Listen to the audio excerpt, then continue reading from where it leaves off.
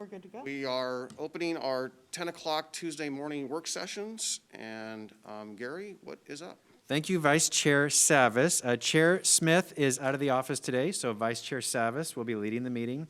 In person today, we have Commissioner Shull and Vice Chair Savas. On Zoom is Commissioner Fisher and Commissioner Schrader. Today is Tuesday, April 6th. We'll start with the issues list. First is National Public Safety Telecommunicator Week Proclamation. Cheryl Bledsoe, the director of our CCOM 911 Center, will present. And this is simply a request to put this on a future business meeting agenda. But Cheryl will give you more details. Cheryl, is she online? She is Okay, online. go ahead, please, Cheryl. Good morning, Commissioners.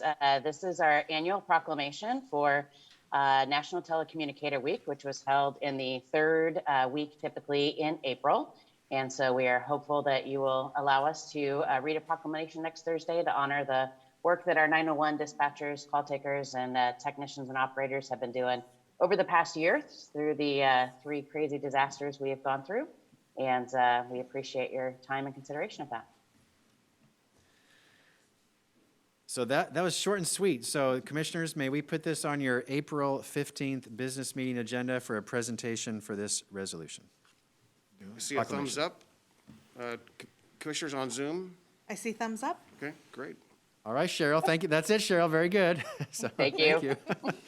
All right, next, fiscal year 2019-2020 over expenditures of budget category.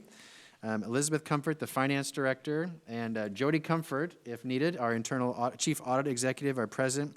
But Elizabeth, could you please brief the board on the over expenditures that occurred, please? Absolutely.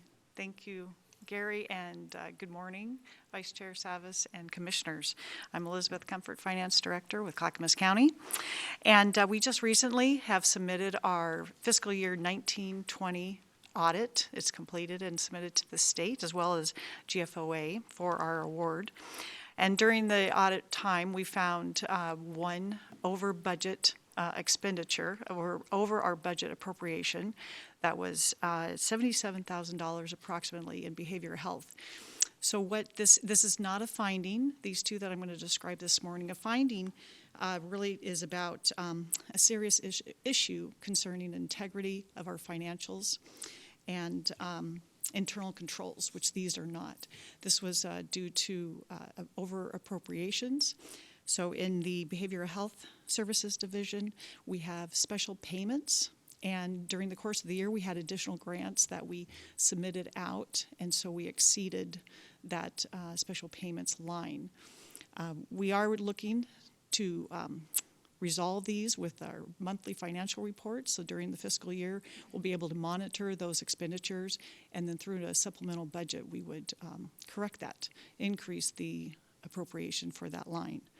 Our second finding, or excuse me, not finding, our second over appropriation was due to a line error in the creation of the resolution for the fiscal year 19-20 budget back. That would have been probably May of 2019. And we were closing a special reserve fund for the PERS because we were moving those PERS reserve over into the general fund. And on the resolution, we used the word contingency to identify the $2.7 million to be transferred to the general fund. This was not discovered until just a week ago as we were wrapping up our audit and saw that, in fact, it should have read transfers out. And if you look at our financials and you look at the documentation within PeopleSoft, it is appropriately transferred out of our reserve fund, which was closed, and moved into general fund where we still identify those dollars there. So our future correction for that is we have our new software, OpenGov, which will help us monitor and appropriately account for each of those lines through using the system rather than manually typing in a Word document the appropriation for the resolutions. And then also our next steps will be submitting a letter to the state that explains what happened to these two over appropriations and then the corrections that I've shared with you. Okay, are there questions or concerns by any of my colleagues? Gary? see any hands raised on Zoom. So Commissioners, we did email this to you, but for full transparency, I asked Elizabeth to present this to you here at Issues today. My expectation is that we have zero over expenditures, certainly for appointed department directors who report to me. I'm pleased that we only had one really in behavioral health. We used to have more over the past several years. One is still too many, but that is my expectation that departments will work closely with the finance department so there are zero over expenditures. And then the second matter, it was simply an error. No one caught it. You would not have known that, Commissioners. I would not have known it. It was 7 people reviewed that resolution, and it was simply an error, not malicious, not intentional, but we do have to report it because of the over expenditure. So I'm confident that both of these actions are correctable moving forward, so these type of over expenditures do not occur again. Okay. I see a light on, so does my colleagues, Christina, have a, Yes, Commissioner Fisher has her hand raised. Commissioner Fisher? Yeah, thank you, Vice Chair Savas. One thing that would be really helpful, Gary, during these issue sessions is if we had the reference to the email or just something online so that we can follow along when Elizabeth is talking. I was kind of scrambling around looking for a memo or looking, did I miss something while she was talking? And so I didn't quite get the full, couldn't totally concentrate on what she was saying. Be really, really helpful. I did see that we were emailed an audit report on Saturday. I'm assuming, Elizabeth, that's what you were referring to that was emailed to us? Correct. There were 2 emails from me on Saturday. The first one was referencing these 2 over expenditures, and then the second one was just the announcement and celebration that our audit was complete and submitted. So it, probably about 10:40. Yeah, so it would just be helpful just as a process point that we're alerted that this is going to be discussed at issues and so that we can review the materials with that lens. That, I mean, just for me, that would be super, super helpful. Yep. I don't know about others, but. Good feedback, Commissioner. Thank you. Well, I will do that going forward. Okay, anything else? Christina? All right. So may we move on? Thank you, Elizabeth, very much. Next, update on initial public engagement related to House Bill 2001 from calendar year 2019. We have Dan Johnson, Director of Transportation and Development. There was a memo in your packet. Go ahead, please, Dan. Great. Thank you so much, Vice Chair Savas, Commissioners. We are here basically to discuss kind of some initial public outreach or assistance in that development of that public outreach around House Bill 2001. In 2019, the Oregon Legislature passed House Bill 2001, which is commonly referred to as the Middle Housing Bill.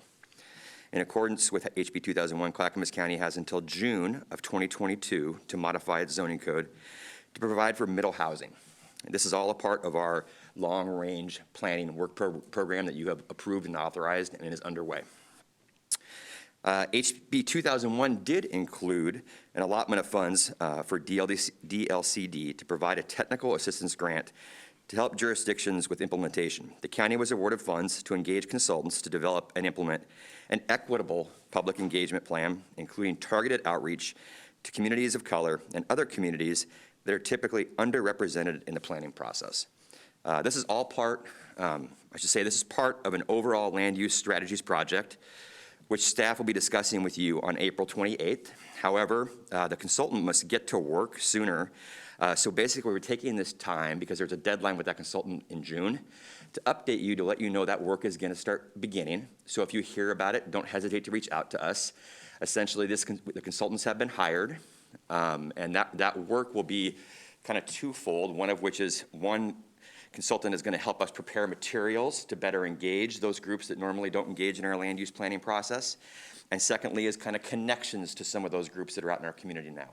But we wanted to make sure the board wasn't taken by surprise if they heard about this process. And again, this is in relationship to HB 2001, that middle housing effort, which is phase 2 of the long-range work program. I have Karen Bjerg in the audience if there are specific questions, but we'd be happy to answer any questions you may have at this point in time. So the question I have, or not question, more of a concern, Dan, and that is, and I think we spoke about this yesterday. I just want to make sure, I'm great to have, making sure we're getting this particular cohort of citizens and community members involved. I think that's great, that's important, it's terribly important. But because this has really got a lot of neighborhood impacts, parking and, if, there's a lot of ADUs added in this middle housing kind of a thing, and there's just a lot more density, and knowing that we've got some weaknesses in our infrastructure that supports safe neighborhoods and communities and so forth. My concern is that we need to do kind of an extra lift to get the neighborhoods involved. And our CPOs have, they do great work, but they're not everywhere. They're not ubiquitous as far as their saturation into these communities. And I just anticipated that we would have a little bit broader, outreach to the neighborhoods. I don't know if next door or mediums like that, we could do an extra lift there, but the last thing I really want is get towards the tail end of this and have our neighborhoods come in at the last minute and say, we were left out. Yeah, we put some thought to that discussion, and we're actually even contemplating a direct mailer, possibly, to all of the residential property owners in Clackamas County. I have to talk with Jennifer and Karen a little bit more to make sure there may be funds available for that, but we have already identified the fact that we want to use social media as a way to communicate with the citizens of Clackamas County and expand on that. Again, I want to make sure everybody's clear. This is the base, a start of a discussion that's going to happen over the next year. Although the consultant work needs to get wrapped up by June in regards to preparing the materials and getting us connected, that does not mean that ends the public engagement part. That goes throughout the entirety of the year. So, and we can have a broader discussion around what that might look like in the future. Right. I guess I'll just, I don't see any other comments, but I'll just close with at least this part of the discussion by saying that the property owners particularly probably have a lot at stake. And, it seems to be at a time, this particular bill seems to be the legislature acting in land use.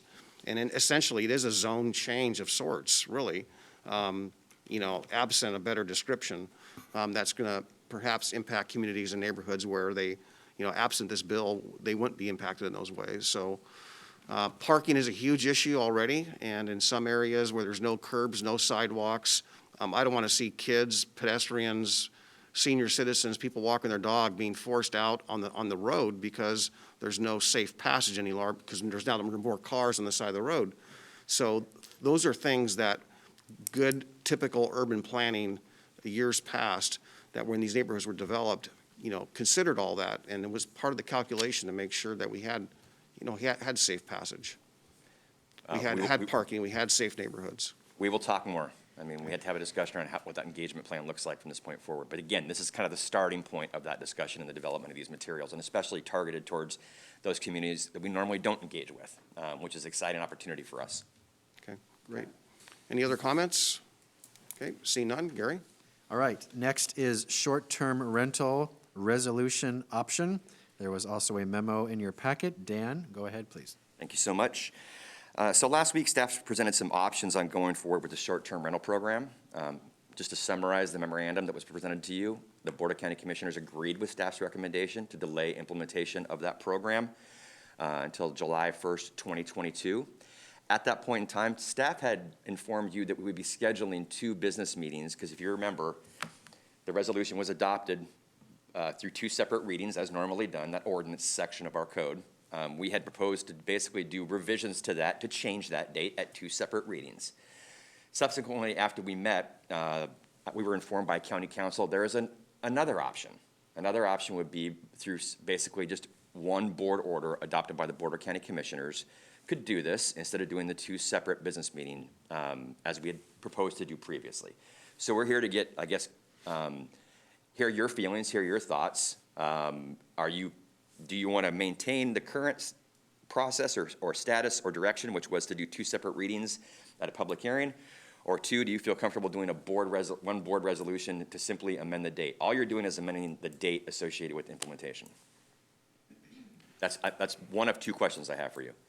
Well, I'd love to hear what my colleagues think. I'm actually going to ask them what their thoughts are on this. I know that Commissioner Smith is not here today, but I'm really wondering, frankly, for public perception standpoint, that I'm not really sure that we're genuinely engaged or in believing that we're actually going to take those steps a year from now, right? I'm not sure, or maybe it changes. So I'm not really sure that what we intend to do or postpone, that we're actually going to follow through with in its current form. So that's my only little bit of heartburn I have with this. Commissioner Scholl, thoughts? If we sign a document moving the implementation date till next year, then prior to that date, we can still have public hearing on it to review where we're at and take public opinion on implementation at that time, right? I'm looking at staff for that that right? answer. There is nothing that would pleasure us more than to come back here and talk about more short-term rental discussion. But we are at the mercy of the board. Whatever the board would like to see and like to do, we will try to achieve. Keep in mind, we have gone through extensive public outreach. We have done, I think, 11 policy sessions, a couple public hearings. I'm trying to make this as easy and as reasonable as possible. I think, to answer your question, yes, we could, if the board wishes to engage in a discussion around the program, further discussion, we're amenable to doing that. That would probably be in the form of a policy session, though. It wouldn't be in the form of a public hearing, but a discussion around what you're hearing from the community and adjustments you might like to see. All we're talking about right now, though, is simply just the process in which we move that date. That process right now could be two separate readings at a business meeting, or it could be simply a board order signed by the chair of the Board of County Commissioners to adjust the date. Okay. So it doesn't limit your options to have additional discussions at all. Okay. Christina, we have a, I have Commissioner Schrader, then Commissioner Fisher in the okay, queue. great. Commissioner Schrader. Yeah, I'm okay just with the board order. I mean, because we'll have plenty of time, I think, to continue to get input on this rather spiky issue. So for me, a board order would be, it would be cleaner, it'd be faster, and then we can, again, move ahead with dates if we want to keep the discussion going about it. So that's just my take on it. Okay. Commissioner Fisher. Yeah, I'm all about the most efficient way to proceed while also looking at if there is an interest in public comment. We can make it a discussion item when it's before us, just to get the measure of the community. But my gosh, we got so much input from the community when we did this that we know that there are some serious issues out there in the communities where short-term rentals are, and that there was a real call for us to do this. So, but input, transparency, absolutely. Okay, so do we have consensus on a board order then, approach? Commissioner Fisher, okay. I think so. Dan? Right. Thank you. I have one more question then, and I think I just got the answer to my question with your commentary. The option would be to bring forward that board order, either one on consent or two at a business meeting, and have public testimony or not on it. So I guess we'd be looking for your guidance on how you'd like to proceed with that. I would not suggest consent agenda, so either a public hearing or could it be a board discussion item, so there's not public comment, but the board can discuss it? Let's see here. This order could be. Either way, it should not be on the consent. Yes, should be. it can be discussion on it, I believe, yes. Okay. So my only, let's do that. My request it would be to, I'd like some, not today, but some kind of an update at that time as to what the environment is for those who want to get a short-term rental today. What's going to be their experience with Clackamas County pursuing their, is there a registration process? What did we change? How are they being accommodated as intended? I can answer that question for you now if you like. Sure. So right now, our zoning and development ordinance has been revised, and that has been adopted by the Board of County Commissioners, and they are an allowed use. So if someone were to come and approach anybody at Clackamas County regarding a short-term rental, our answer would be, yes, we can approve these. Yes, it's an allowed use. You can establish it. Okay. Do we have the registration process in place yet? No, we didn't. Pardon me. They also, the transient room tax, they'd be registered through that program. But it's in regards to a specific registration process, we do not have that program up. That is what is being delayed until July 2022. Okay. Okay. I will tell you, though, that, again, 1,000 Friends is appealing that decision. And so that's still at the Land Use Board of Appeals, but we're waiting to kind of hear how that process goes. All right, great. Okay? Okay. Commissioner I think- Fisher just oh, raised her I hand. see a light on. Commissioner Fisher. Hey, Dan, I didn't hear what you said about the transient room tax. Are we collecting that for tourism or not? Yes, nothing associated with this discussion or decision will dictate the collection of those funds. We are still collecting them. Yep. Great, thank you. Okay, great. Okay, thank you, Dan. Schedule. We'll move on. Next, draft letter regarding impacts to businesses of elevating COVID-19 risk categories. Nancy Bush will help me with this one. Commissioners, you asked for this draft last week when you received your COVID-19 update, and the request, I think, was from Commissioner Savas. You initially requested this. This was to comment that should the, I'm sorry, Nancy, I'm just starting. Should the COVID-19 risk levels go up, and it appears that it will for Clackamas County, that businesses not be punished or impacted by the changing risk categories. Staff has drafted a letter for you. Commissioner Fisher has drafted her own version, which I literally just emailed to you, commissioners.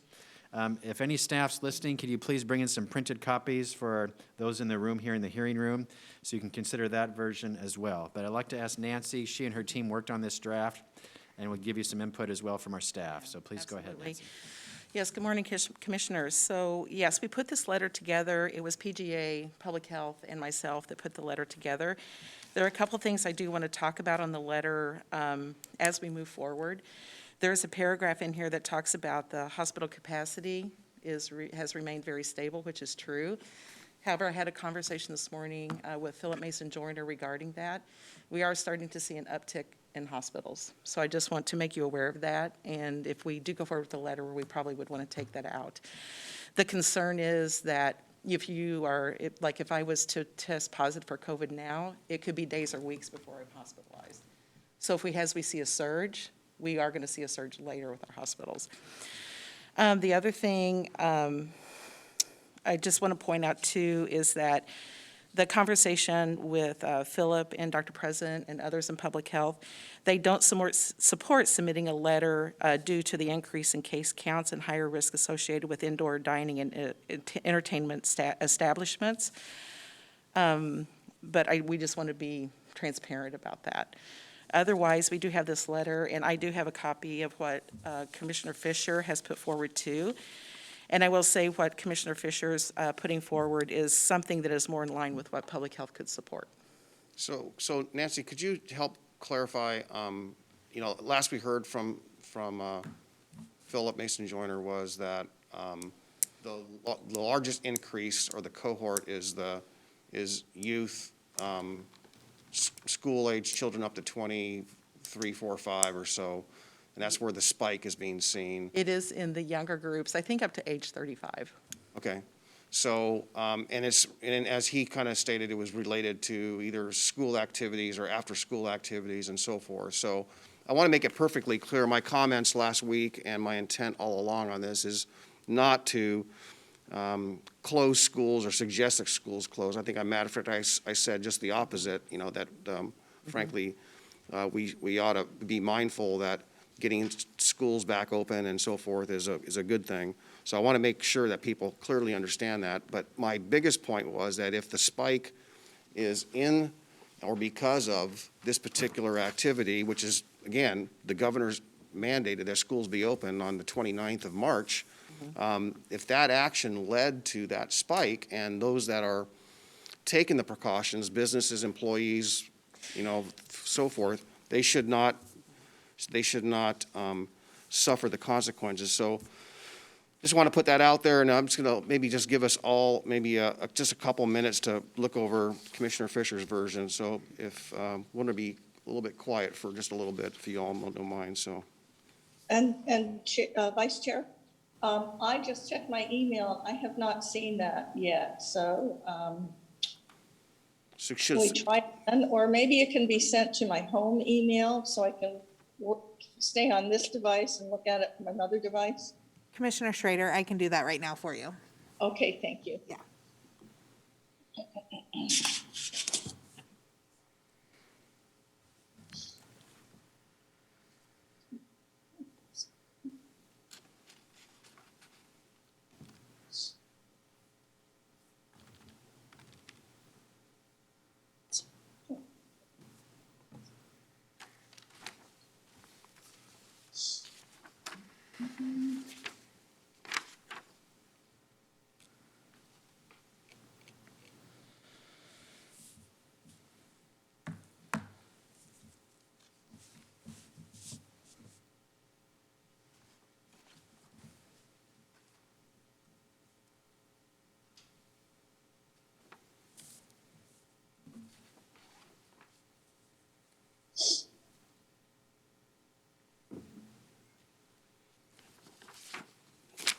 Well, yeah, I don't know how everyone else is doing.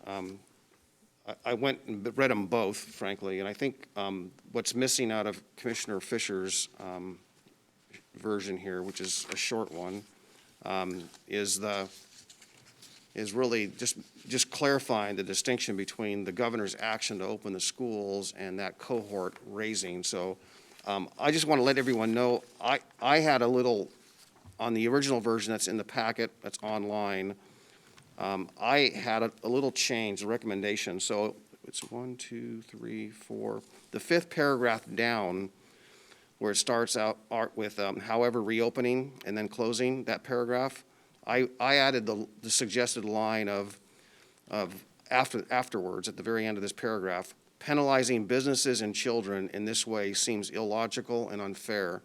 But I think the content and the point made here in this little bit longer version is just striking that balance and recognizing that the businesses and all the other activities are not the source of this. So I'm trying to put balance in this. I think Commissioner Fisher's version is awfully short and doesn't really touch on that. Thoughts from I see a light on, Christina? Commissioner Fisher has her hand raised. Commissioner Fisher.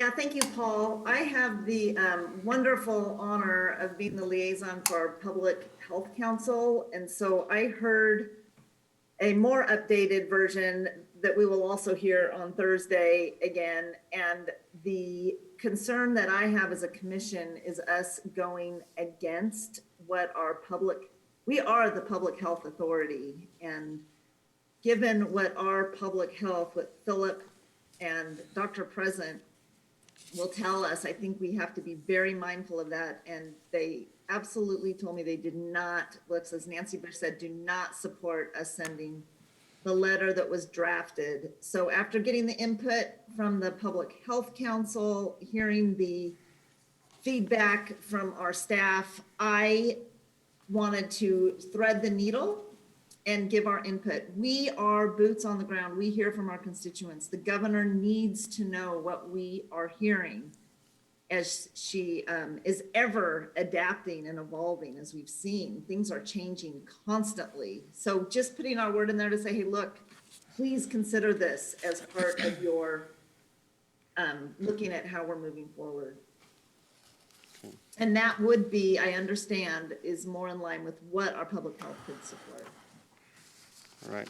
Well, maybe we could, Gary, I'd like to hear from our Mr. Joyner, perhaps, and further explain what Commissioner Fisher is saying. I don't understand. I'm not criticizing Commissioner Fisher. I'm just saying that I don't have a lack of explanation. I assume that staff was part of writing this draft in the first place. So I would assume that they were involved, but apparently maybe not, so. They were involved. They were involved? Directly involved, yes. And. No, I'm talking about the one that's in the packet, the long version? Yes. Okay. Yes, sir. They were involved in that. And, we had a lot of conversation around this and what, the county commissioners were asking for. And this is the draft that they did provide. However, they still don't think that this is the draft they presented because this is what they were asked to do. However, they feel like that in all transparency, they do not support a letter moving forward. So I think, they're also trying to thread the needle, right? Yeah, so can you explain why? Explain why. Why they don't recommend sending a letter to the governor? Because of the rising cases, and we are seeing rising cases actually all over the state. We are now at 140.1 per 100,000.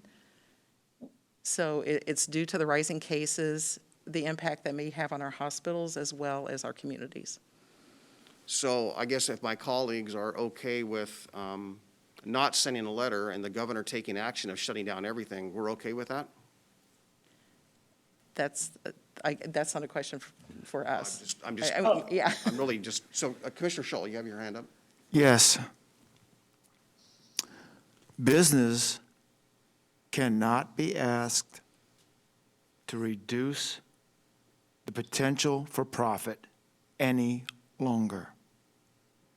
I realize that COVID could be around with us like this for months or years, but people need to eat and that means they need to operate their businesses. Now, we've seen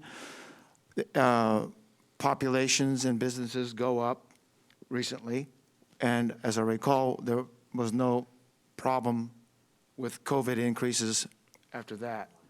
It's just schools, after activity, things with kids perhaps that's causing this spike.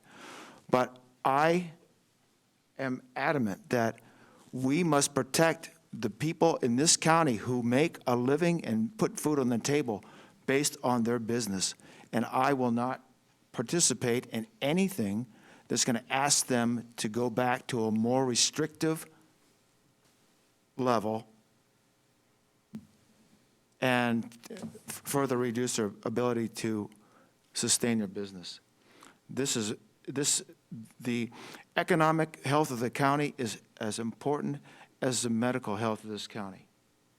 So please consider that. If you own a business out there and make your income based on that business, and if you're asked to reduce your capacity to conduct that business one more time, it's not acceptable to the people who run businesses in this county. Please think about them.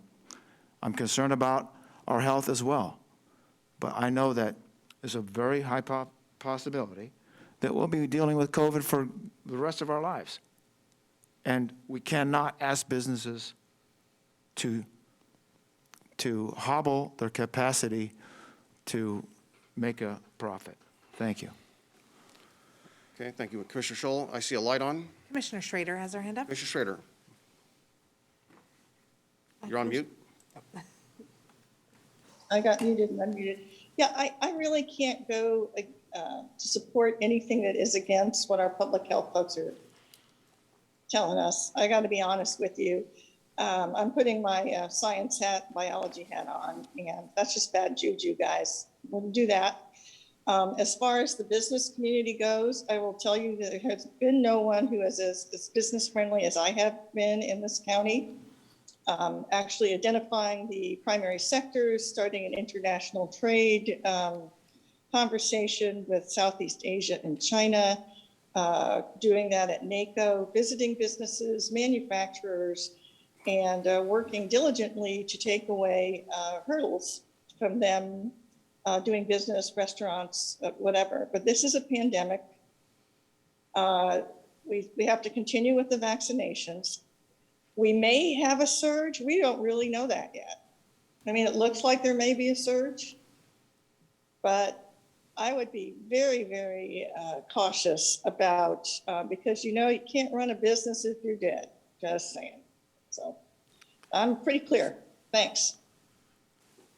Yeah, I think one thing that just this alarms me a little bit is we say business and I get that, but I also, people need to realize that to me, when I had my business, I really put a lot of weight in the health of my business as regards how it impacted my employees. So we have to remember that the parents of these children who have jobs, who are now back to work, may be at risk of being laid off again or have to work. You can't, some jobs and occupations can't work remotely.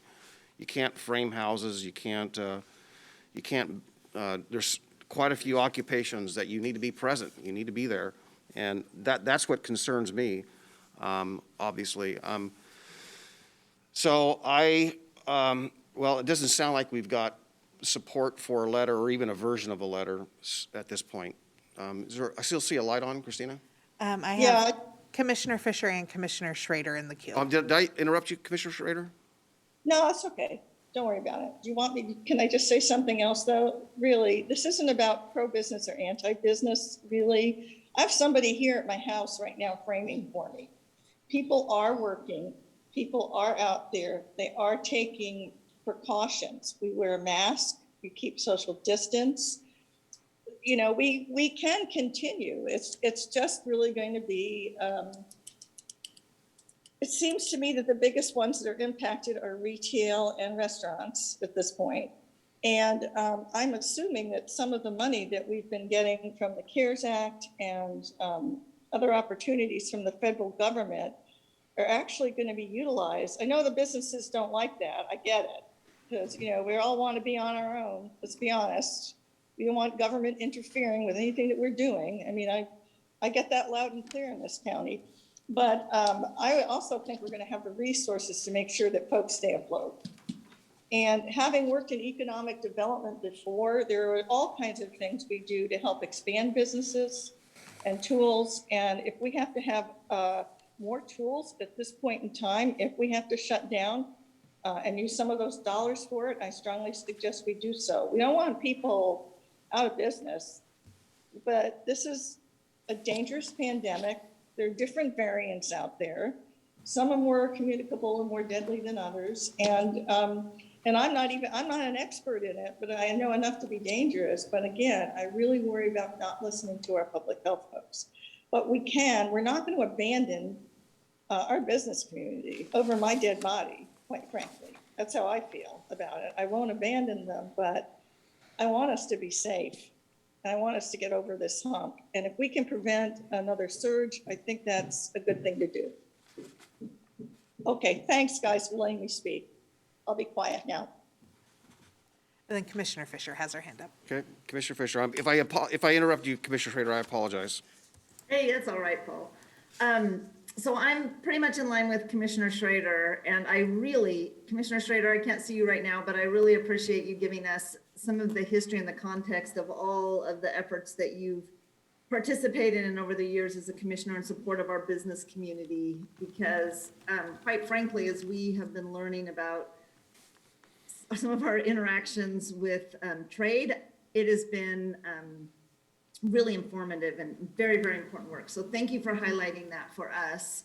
So Paul, I did offer a letter that public health is that's more in line with what public health would support. If we want to send a letter, we can approve that, maybe ask staff to include a little bit of narrative around what we're currently seeing in our increases. But I want to emphasize how important it is to just email Leah Horner with the governor's office. I've done that throughout this pandemic on multiple issues, and then I've been pleased to see that my input has been taken in, especially when it came to reducing the distance in kids in school from 6 feet to 3 feet, provided input there. We have a strong voice. We can do that individually if we don't do it collectively. And I will, for one, be sending this version of the governor has to look at all of the impacts, and we are the ones that are hearing about the struggle with our kids and the struggles with our businesses. So we have a duty really to share that with the governor so that she considers that as we're in a race against the virus of getting people vaccinated and a race against the variants, quite frankly. We need to, that spread much faster and are more deadly. We have got to do all we can to get shots in arms and get this pandemic under control. Well, yeah, well, thank you, Commissioner Fisher. I just wish your letter had more substance to it. I can, based on what Nancy shared with us this morning as far as perhaps hospital capacity or hospital cases on the rise, then that seems reasonable that ought to be factored into a redrafting, but there's no interest to redraft this. But I just wish your letter had a little bit more substance, if you will, and not necessarily teeth per se, but we got to realize that if this outbreak was triggered by the school openings to some degree, that, again, I want to make it perfectly clear, I'm not suggesting that was an error, but the education and the guidance from parents and school teachers and everyone involved into asking them or trying to enforce masking up to a greater degree, the prevention, that's the message I made on Thursday. That's the message I'm conveying today. That's not included in this draft. So, Vice Chair, I have my hand up. Yes, okay. I'm fine sending a letter. Let's just redraft this one to reflect some of the things that you just said. Okay. I just do not want to be on the record for sending something out if our public health folks are having some serious issues with it. I just think that's bad policy. I don't disagree with what you're saying fundamentally, and we can certainly express that. So my suggestion is to table this now, and then let's just work on a redraft, and maybe Commissioner Fisher can continue to work on this. I could help. I don't know. But we have to do it quickly. It should be done. We got to get something done if we're going to send a letter, at least within a week or so. And by then we'll even have more information, whether or not we're in a major surge or not. So. Okay, well, thank you, Commissioner Schrader. I appreciate that. So Nancy, could you, we're not in a cautionary mode yet, right? The governor has not sent out her media release today. We could be in a cautionary mode for the next 2 weeks. We don't know yet because we have not heard from the governor. So what we could do is, take these two and put them together, because I think it's, to me, I think it's a good idea to bring to the governor's attention. It's like, this is very complicated. And I think we can work with public health to make a letter reflect that. And that, we want to make sure there's more, as much thought as possible before we go backward. So we haven't heard from the governor yet. We probably are going to go into a cautionary couple of weeks. So we would want a letter within the next week. Okay. And I don't know if you have anything to add to that. Yes, so we could redraft a letter and bring it back to you next Tuesday. There'd still be timeliness based on what Nancy just shared. I want to say something, Commissioners. Staff provides you their professional expertise. They are not the policymakers. You are the policymakers. So I don't like when, with all respect, I don't like when staff supports something. They don't support things or oppose things. They give you their professional recommendation. It is your decision what you choose to do. Thank you for letting me speak. So with that, if there's consensus, we can come back to you next week with a modified version of this draft, and that it still be timely. Yeah, and I just, I'm inclined to speak about it on Thursday. So if we could at least get some kind of a working draft so we can get something that we're closer with, and then again, redress it on Tuesday, I'm fine with that. But I'd like to see some progress Okay. on that. All right. Hey, and Gary, is it possible, I was going to ask this about public, if things are going up, why aren't we just putting out more information, cautioning people to wear their masks, keeping their distance? Can we get some public, stuff out there sooner than later to say, look, in order to prevent a surge, can we, get that message? Because people are kind of letting their guard down a little bit. And we have to caution them, even if they're vaccinated, not to let their guard down. So I would like to see some kind of a public, message. So, Commissioner, we have been doing that as well as the state, but we can definitely step it up even more.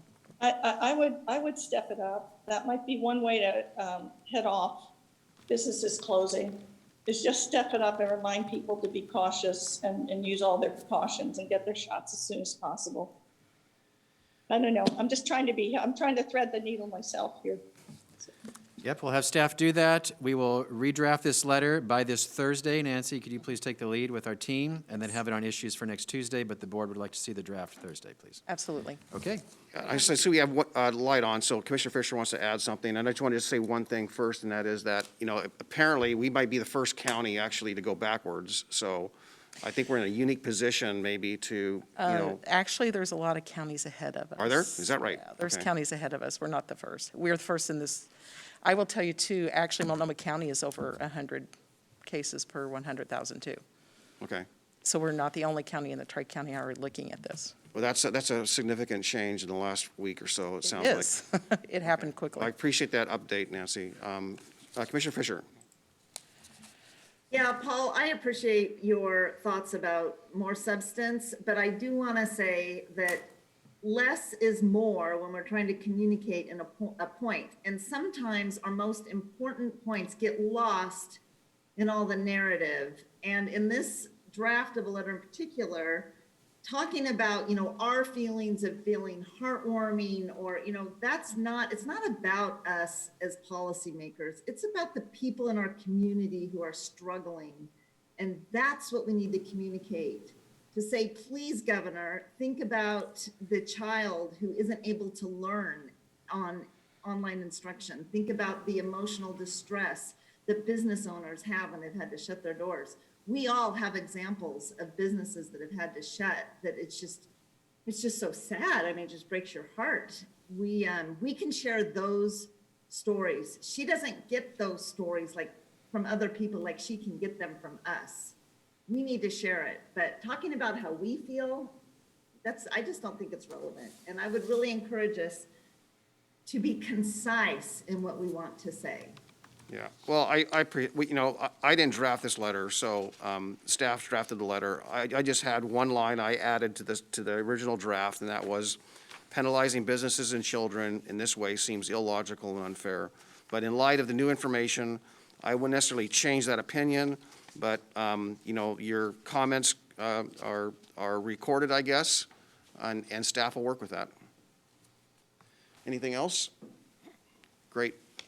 All right, thank you, Nancy, very much. Next, another draft for you, a draft statement of solidarity with the Asian American Pacific Islander communities. There was a draft statement that was in your packet. Martine Koblenz, our County Equity and Inclusion Officer, will help me present. She is online, so please bring in Martine. But a draft has been provided to you, Commissioners. Martine, would you like to add anything to that, please? Yes, good morning, everyone. Martine Koblenz, and I'm happy to follow up with you on the request from our leaders for Equity, Diversity, Inclusion Council. They sent you a letter last week asking for you to write a statement of solidarity to stand with the Asian American and Pacific Islander community. So this letter is a draft, really trying to capture some of the things that you all shared in your discussion last week. A desire to note the issue that there has been an uptick of violence and harassment, and a desire to really state clearly that you stand with our Asian American and Pacific Islander communities. We also tied in the strategic priority of safe, healthy, and secure communities, as well as your previous resolution condemning racism and violence, and your continued desire to collaborate and hear from the Leaders for Equity, Diversity, and Inclusion Council that there is still work to be done. And I know that last week you talked about both writing a statement and re-looking at the resolution and the work that's been done so far, getting an update on that work so that you can have a sense of how you might want to move forward as a county. So this letter is pretty short. We did get some feedback from folks from LEDIC saying that they would like it to be a little bit more Clackamas County specific. So I just wanted to share with you that we did receive that feedback. Specifically resources or ways that community members can connect to resources in Clackamas County or in the region. And so I can add that if you so desire. Okay. I like what you did so far, Martine, so comments from my colleagues. I see a light on. Yes, I have Commissioner Fisher and then Commissioner Schrader. Okay, Commissioner Fisher, followed by Commissioner Schrader. Yeah, Martine, I really appreciate the collaborative effort that brought this to us. And I agree, taking the input from our leaders in equity, diversity, and inclusion and adding Clackamas County specific resources would be welcome. And I really appreciate you bringing that to us. Commissioner Schrader? You're on mute, Commissioner Schrader. I would like to see some more of the resources listed and some of the associations that are available out there for people who are working in solidarity on this issue. And I've been slowly but surely working on an op-ed piece about my personal experience. So I'm sorry, like I said, I'm trying to really be thoughtful as I do it. But I think this is going to be an important piece. And I think adding organizations and other resources would be really, really important. So if we can do that, that'd be great. Okay, thank you. I concur with that. So, but I'd like to get this done. Yeah. And the last time it took us 3 weeks, and it seems, I think the message out there, getting the message out there as soon as possible, and letting people know this on the front of our minds is important. So I'd like to, whatever we can do to make it happen, go forth. So I'd say, Martine, add those recommendations. Is there anything else, Martine, that you need from us today? No, I can easily add those resources. We already have them. And so I can easily add that. It won't take another 3 weeks. We can have it done this week. Okay. So do you want to Okay. see it again with the resources added, or can staff just add them and then send it? What would you It's prefer? fine. Do we need any, like, signatures or formalization at our Thursday business meeting? I mean, what do we, anything else, or is this the closure to it This here? would be closure, so my suggestion is either you could approve it right now with knowing staff's going to add the resource section, or we can bring it back to you one more time after the resource section is added. Okay. Christina, I see a light on. Commissioner Fisher has her hand up. Commissioner Fisher?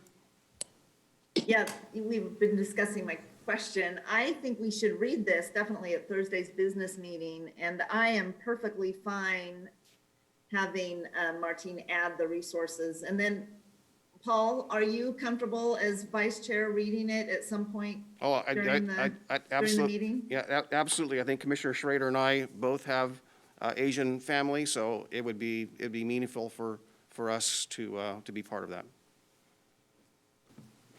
So I recommend a And motion then Gary, today. I don't know that we can add that to the agenda. I don't know, maybe it's not too late to add it. You tell me. So I recommend you make a motion right now to approve the letter with the additions Martine will make, so that way it's final, and then we'll have the final version for you this Thursday, which you could read at the business meeting, and it could be, we can change it can add it to the agenda, or it can just be right at the start of the meeting, Vice Chair, you could just read it there, either way. So I'll entertain a motion to approve the letter with amendments. So I moved. move that we approve the draft statement of solidarity with amendments. Okay. Mr. Scholl, or Commissioner Scholl made the motion, and I'm assuming that Commissioner Fisher didn't hear that, but would you like to second that motion, Commissioner Fisher? Oh, sure. Okay. So it's been moved and seconded. Any other discussion? Christina, take the poll. Excellent. Commissioner Fisher, Aye. Commissioner Schrader, Aye. Commissioner Scholl, Aye. and Vice Chair Savas. Aye. Motion's approved. Thank you all. Gary? Great, we'll have it for you this Thursday. Thank you, Commissioners, thank you, Martine. Now, next, advisory boards and commission appointments. Christine. All righty. Christina, sorry. Sorry, Christina. No worries. So here are your ABCs for today. The first one, we have 3 of them. The first one is the Clackamas County Community Health Council, staffed under the Health, Housing, and Human Services Department. The current roster holds 11 members, and the members voted unanimously to recommend Matt Gluberek to serve his first term on the council. This is a year term. The second one is for the Housing Advisory Board, staffed under the Housing Authority of Clackamas County. They currently have 11 openings on their commission due to term expiration and vacancies.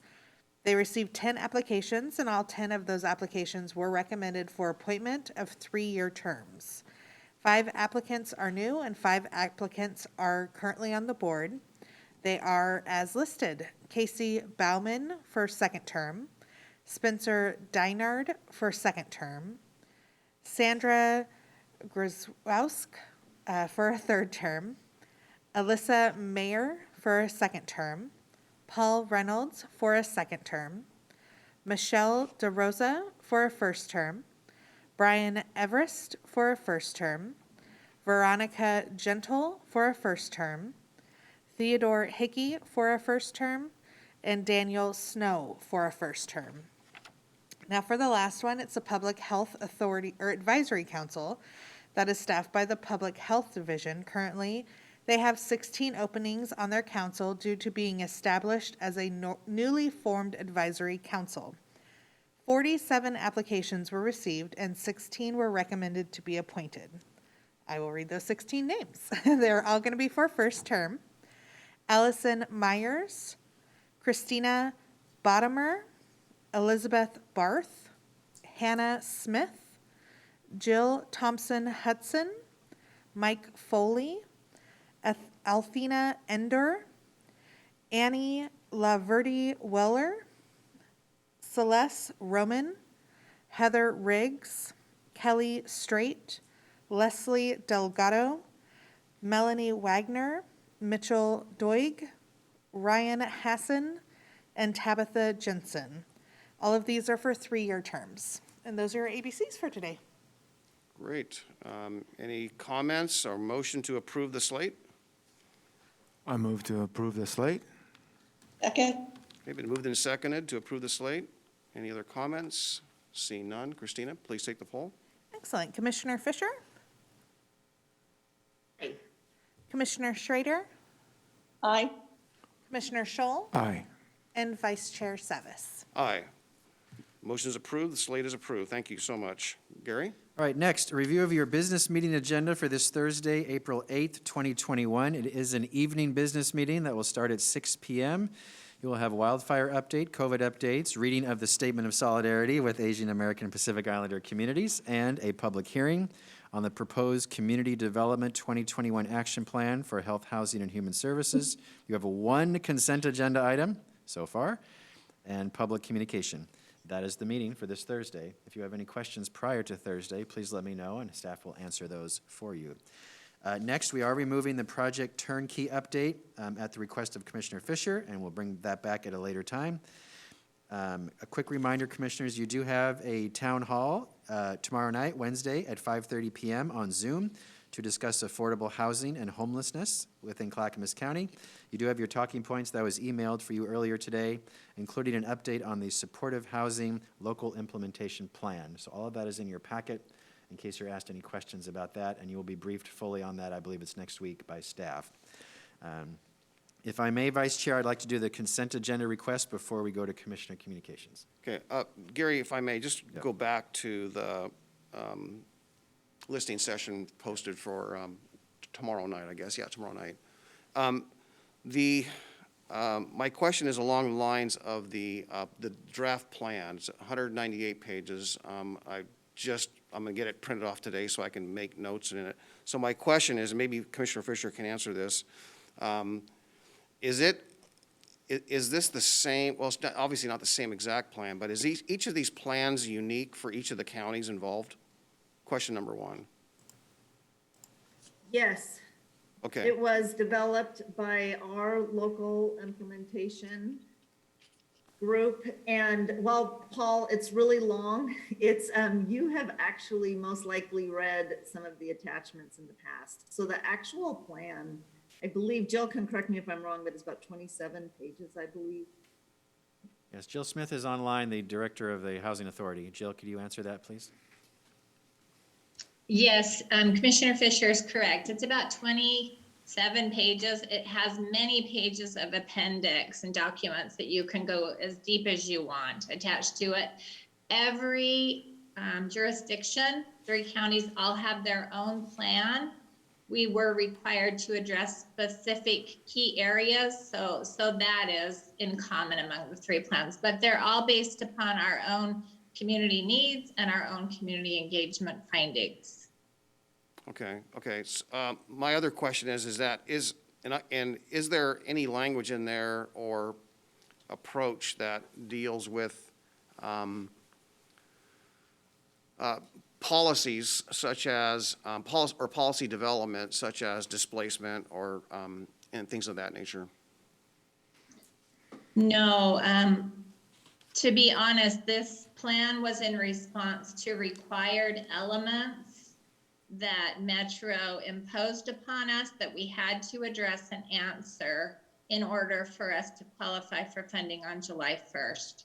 There is an intention to move more into policy and actual work planning for implementation rollout. That would come after we meet this first requirement.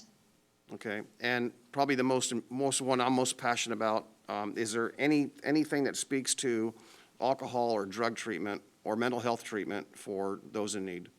Yes, that is addressed in a few areas within the plan, and we do intend to go with you through those areas in our presentation on the 13th. Okay, I'll definitely roll up my sleeves, so to speak, and read that document fully so I can be as prepared as I can for our work session next week. Is that correct?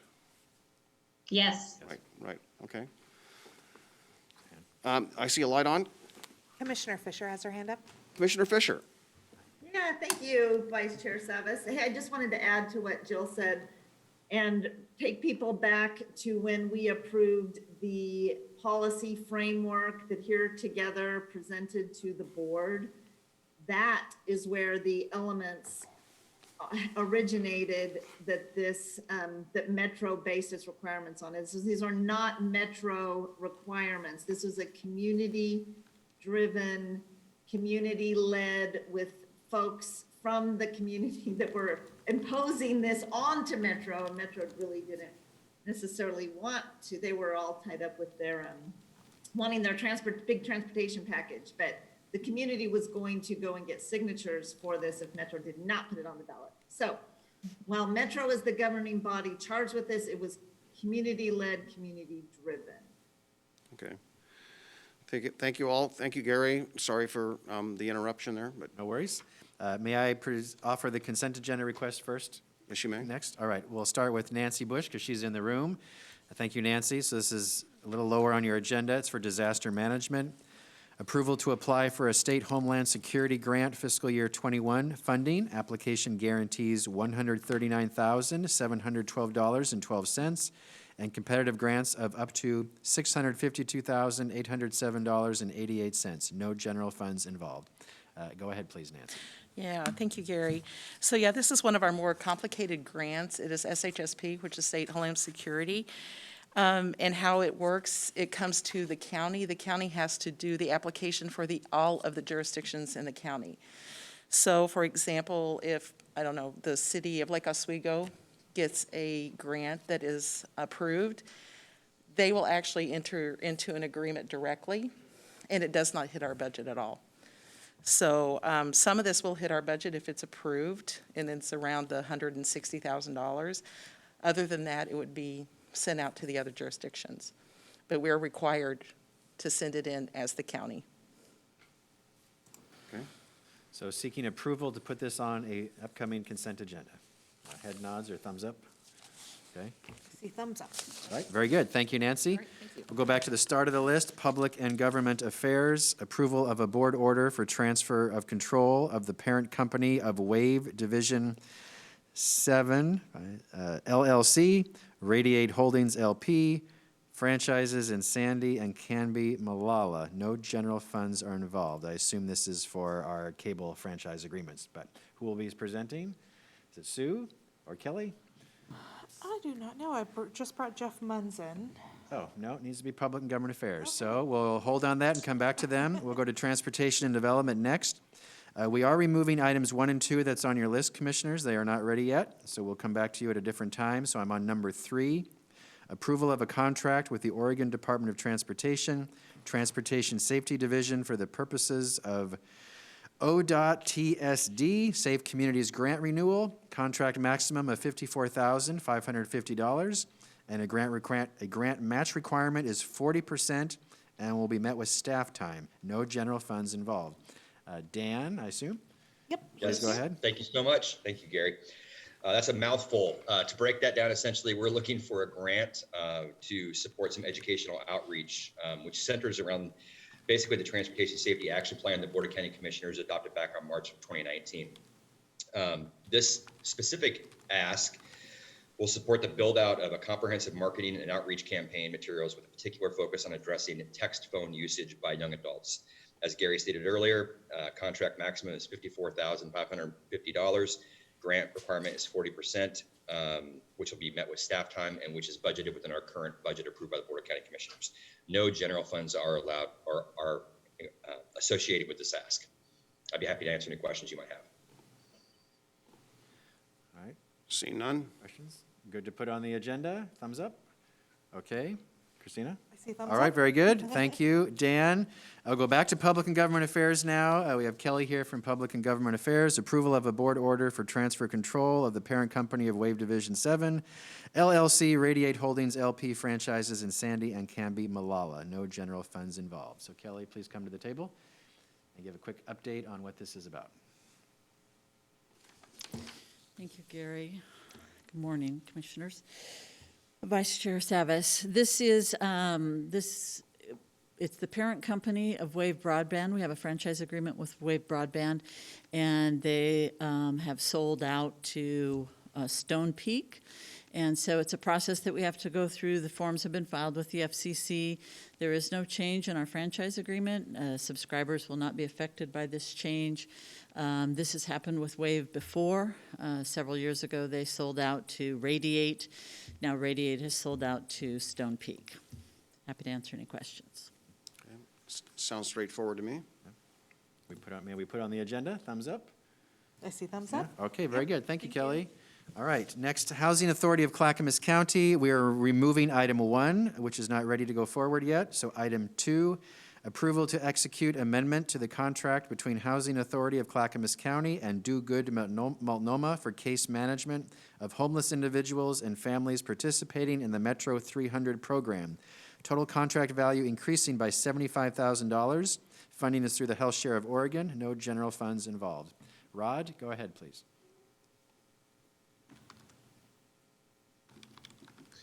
Yes, so this basically provides case management services for 40 additional families.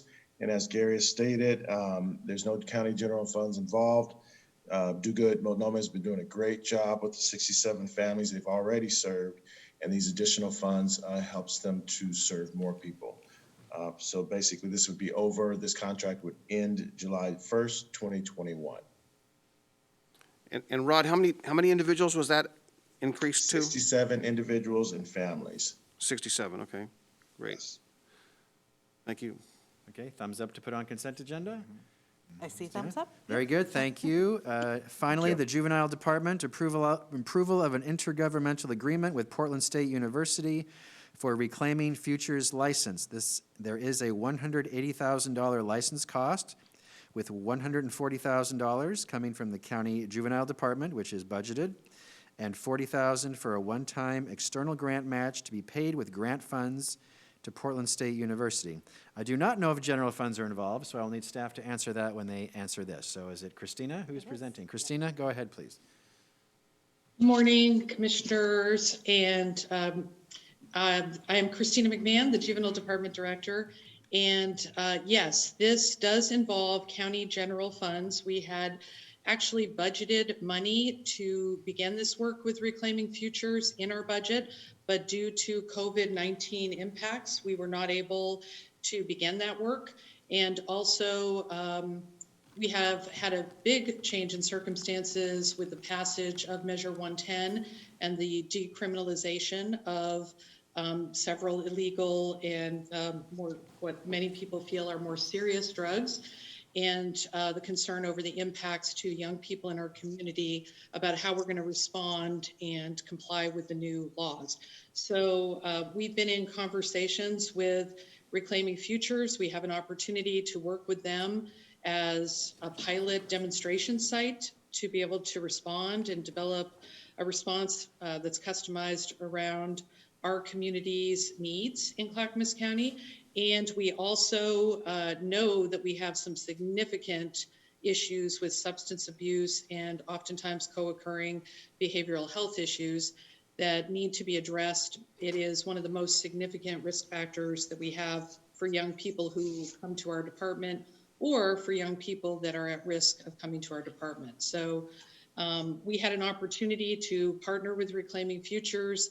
They have foundation grants of $40,000 that they're willing to contribute towards the license and the implementation work. So in order to take advantage of that, we need to move on getting this IGA in place. Reclaiming Futures is part of Portland State University, which is why we needed to do an intergovernmental agreement. So my request today is that this be approved to go to the consent agenda on your next meeting on, I believe, the 15th, your Board of County Commissioners business meeting. And I'm happy to answer any questions that you have about what we're trying to do here.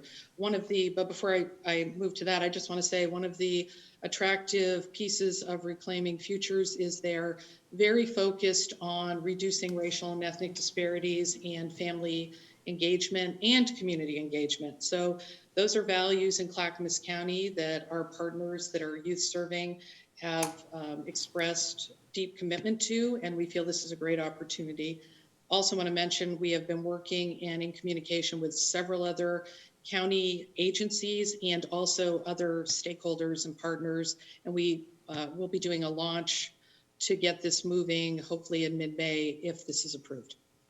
So with that, I'm happy to answer any questions that you have. Well, Christina, thank you. It seems a little bit like, I won't say an experiment, but to some degree, it sounds like an interesting approach here. My question to you is just one, and that is that your budget can withstand this? Yes, we actually were planning on starting it earlier. We had budgeted for it as part of our budget process in the current fiscal year, and we had to just put things on hold. We could not get it going with many of the restrictions due to COVID-19. But yes, we have it budgeted. Yeah, I think that ballot measure kind of created a ripple effect, if you will. So guess we're all going to cope with that. I see a light on. Commissioner Fisher has her hand raised. Commissioner Fisher. Yeah, thank you, Christina. I just wanted to make a comment that I really appreciate the level of substance that you put in your consent agenda item. It's really good information, and it's important that these items that come before us kind of help us with updates on what's happening, and I really appreciate the background that was provided. Thank you. You're welcome, Commissioner Fisher. Thank you. All right, so looking for a approval to put this on the consent agenda. Thumbs up. Thumbs up. I see thumbs up. Okay, great, thank you. Thank you. Christina and everyone, that is the request for consent agenda. The final item for the issues list is Commissioner Communications. Okay, anyone want to jump in? I'll do that. Commissioner Scholl. Yeah, thank you. I'd like to share a very positive experience I had on Saturday when I was invited to the Sandy High School COVID vaccination site put on by our Public Health Services and Disaster Management with assistance from the Oregon Trail School District and also the Ant Farm in Sandy, who provided traffic control people. What I found there was a community working together to provide a very well organized vaccination site. And Kim LaCroix gave me a tour and actually encouraged me to get my first Moderna shot, which I did there. And on my way out, I talked to the folks who were lined up in their cars waiting for their shot and asked them how their experience was on getaflushot.com and working with the county on getting locked on for their shot. I only heard very positive comments and a lot of appreciation. So I want to say thank you to the Public Health Services and Disaster Management. A special kudo again to Oregon Trail School District and to the Ant Farm in Sandy for all your excellent work in making that happen on Saturday. Thank you. Thank you, Commissioner Scholl. Commissioner Fisher. Thank you, Vice Chair Savas. I just wanted to share, I participated yesterday in an effort called Transforming Justice in Clackamas County. It is a statewide effort of I consider it, I kind of wish Martine was here to correct me because this is just my perception of what happened. I might have things just a little bit wrong, but statewide effort of really talking to communities and getting input. This is one of 3 efforts, and there were a large cross-section of folks that participated and basically had a discussion about what does restorative justice mean? What would it look like? How would we systemize it? How do we really create healing in our community? And it was it was a 3-hour effort. There will be another effort. If any other commissioner is interested in participating, we can get that to you. Just let me know. I'll get the date. It's in April. I think it's April 15th, but I might be wrong about that. Anyway, please reach out to me, and it's open for members of the public as well. Great. Thank you, Commissioner Fisher. Commissioner Schrader.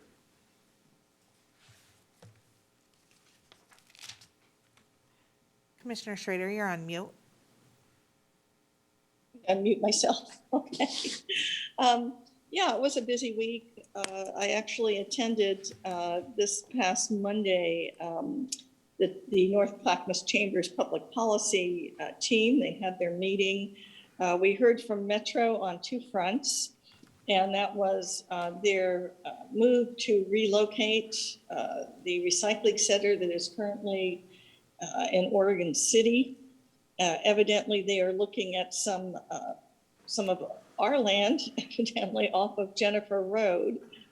And that was an interesting discussion because we also got into the idea of the Sunrise Corridor. And I wish Commissioner Savas, you should have been there. I stuck up for the Sunrise Corridor with actually the whole public policy team of the Chamber, particularly if they're talking about relocating a structure that's going to increase traffic in really an overloaded area already. And we did get a lot of positive comments from our chamber about supporting the Sunrise Corridor and really pushing our folks at Metro to consider making sure that becomes one of their top priorities when it comes to regional funding for transportation. I had a great conversation with Gina Nickel yesterday, the executive director of the Association of Oregon Counties, reviewing with her some of the bills we've been working on and just doing a touch-in to see how they're going. And the Association of Oregon Counties at this point has a really excellent team moving forward to look at what we need to have done at the state legislature for all the counties in the state. And they are financially sound and are in the process of restructuring their dues. So we can remain financially sound as a statewide organization. I also had an opportunity, barking dogs. I also had an opportunity to testify in favor of Senate Bill 623. That is the large omnibus workforce bill sponsored by Senator Lou Frederick and Representative Jeff Reardon. And it's looking at our workforce system in its entirety. And that includes all the agencies that have a touch point in workforce. And we're really trying to move to have it more streamlined, have it more codified, and have it essentially really getting more money to the local workforce boards who know their communities and know what the businesses need for a strong, trained workforce. Also had a conversation with the Oregon China Council. They were asking about information on investment properties here. One of their conversations was concerning the legacy site, and I have pointed them in the direction of talking to the tribes. Obviously, we are not an owner, but if they are interested in that and they are interested in bringing investment to the area, that would be an entity for them to speak with. And I did clarify with them and actually made clear that the tribe is a sovereign nation. So when they are dealing with any of our tribes, we have to remember they're a different entity. They are their own their own nation within the United States. And so that was an interesting conversation. I think Shambo was a little surprised to hear that, but that was a good conversation. Finally, I think that most of us were at the Clackamas County Business Alliance Forum, which I thought went very well. And then one of the main things I did this Friday was the Comprehensive Economic Development Strategy, Goals, Objectives, and Draft Outcomes and Metrics. And this is being convened by Greater Portland, Inc. And essentially, it's really looking to see what our comprehensive economic development plan is for the region and how we can actually use that plan in order to garner additional dollars for economic development from the Department of Commerce at the federal level. So it was a pretty busy week, and that's about all I have. Great. Okay, great. I see a light on. Yeah, Commissioner Fisher has her hand raised. Commissioner Fisher. Thank you, Martha. Thank you, Commissioner Savas. Commissioner Schrader reminded me of something that I wanted to share and that I forgot. I blame it on COVID time. It kind of all smears together. But on Friday, I participated in Reimagine Oregon along with our other counties and many jurisdictions across the state and our governor, our Secretary of State, and many members of the legislature. And it was really awesome this time. First of all, I have to give a shout out to Gary and to Martine for really looking at what we had committed to as a commission and making sure that our spreadsheet was updated on the website, which is very impressive if you look at all of the activities that we are involved in Clackamas County. I want to encourage my fellow commissioners to revisit that. And then what they did at this event was they asked us in advance, which I really appreciated, 2 questions. And we were put into groups with our fellow county commissioners. So we had Washington County, Clackamas County, myself representing Clackamas County, and then Multnomah County. And we just talked about the issues and our staff were also in that group, which I really appreciated. The 2 commitments, they just wanted 2 things of policy areas that are on the table that we will be work on moving forward. And the 2 that I shared with the group are, as we all know, as part of the resolution that was passed in regarding violence and racism, we had committed as a board to look at our county code and look for systemic racism, and that is well underway. And after that is completed, the county departments are going to be looking at policy. So that was one, that's a big one. It's in process. And then of course the other effort, which we're talking about today, and we have a work session on it, not a work session, but a town hall tomorrow. And we're going to be looking at the local implementation plan for the supportive homeless services measure is to working on shepherding that through. So those were the 2 policy issues out there. And as far as they wanted to know what they could do to be supportive, and the one recommendation that I had was also in line with other commissioners, is just to be engaged with us, have the community just be engaged and provide input as we maneuver through these waters. So I wanted to share that. Great. I'll just share my update. I guess what's most forefront in mind is what occurred yesterday, and pretty transportation heavy. Last night was our bi-monthly R1 ACT meeting, and we had the chair and the vice chair of the Oregon Transportation Commission, which are appointed by the governor, there present to talk about a number of things that are going on the regional system. Fix-it dollars and maintenance and so forth, and also about some tolling discussion. We only got just really literally a third down the agenda. There was so much commentary with the OTC members. Certainly a lot of passion wrapped up into the tolling efforts and fixing some of these bottlenecks. And some of you may have seen on the news yesterday, it was pretty clear in the evening news on a number of channels that a advocacy group has filed a lawsuit against ODOT in regards to the Rose Quarter bottleneck project. And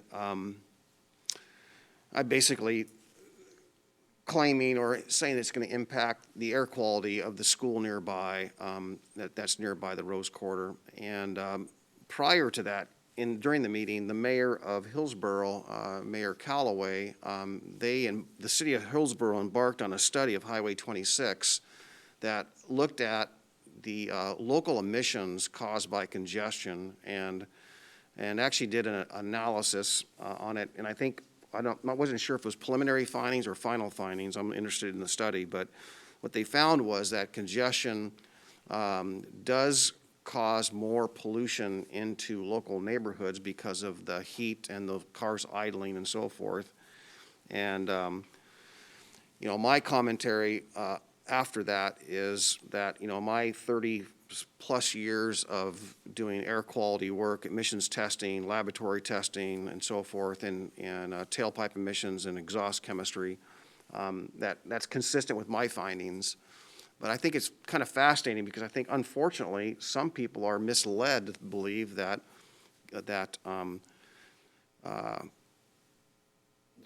traffic flowing by, let's just say the Rose Quarter, repairing that bottleneck to make cars, that throughput safer and to make that throughput more smooth, that somehow that would actually increase pollution. So I think that really always is bothersome for me that when we're getting youth involved, and I think the health of youth is way up there. I mean, it's a high priority. But more so, what I'm talking about is making sure we're informing youth with scientific backed facts, as opposed to obviously some competing information. So I won't do it today, but if anyone wants a simple test to prove it to yourself as far as, do emissions go up or down in congestion, and, I can give you a simple test you can do all by yourself to prove it to yourself that emissions actually do go up when you're in a congestion situation versus going down a highway at a steady speed or a typical non-congested road or highway. So lots to come. I think the tolling discussion is going to be a very volatile one. I wouldn't be surprised to hear that there are some kind of political efforts made, whether it's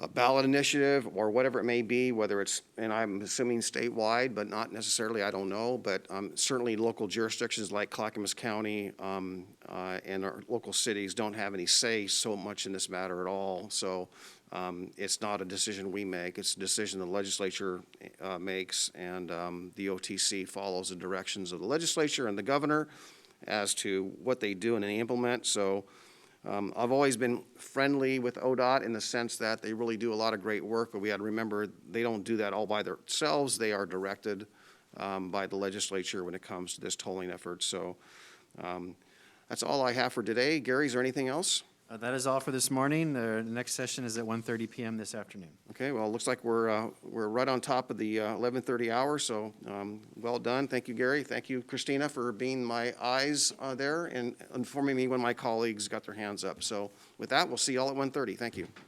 Word.